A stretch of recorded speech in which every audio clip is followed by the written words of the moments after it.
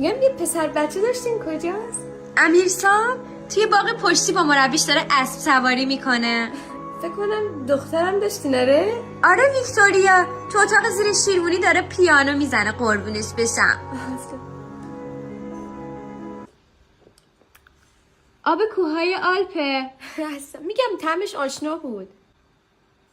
مامان آیفون 16 رو نمیخوام 18 پرو مکس میخوام. عزیزم آیفون 18 هنوز عرضه نشده. اسمتو نوشتم نگران نباش. منو نمیخوامش.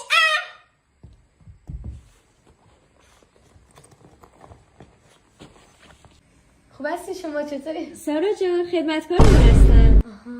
مایلید پروسکومر کنید؟ نه مرسی من پژو دارم ماشینم دم دره.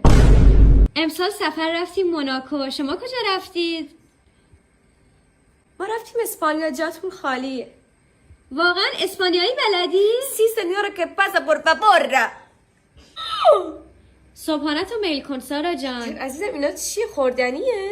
تارتار روی موس واسابی میخوری یا اسکالوپ گراتینه با وافل؟ عزیزم اینا رو به دعانویس محلمون بگی دعای مشتی بهت میده. بفرمایید. چیه این ببخشید؟ پنیر اماه چه عجبی چیز اینجا پیدا میشه خورد. فقط نونش کو ببخشید. با منگو جوس میل کنید. بابا بقیه‌شو بده ببینم.